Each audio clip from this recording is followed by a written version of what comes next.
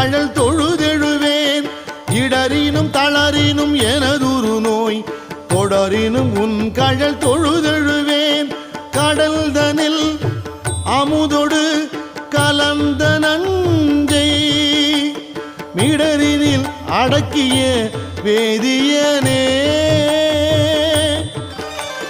மிடரினில் அடக்கிய வேதியனே. இதுவோ எமை ஆளுமாறு ஈவதொன்றெமக்கு இல்லையே. அதுவோ உனது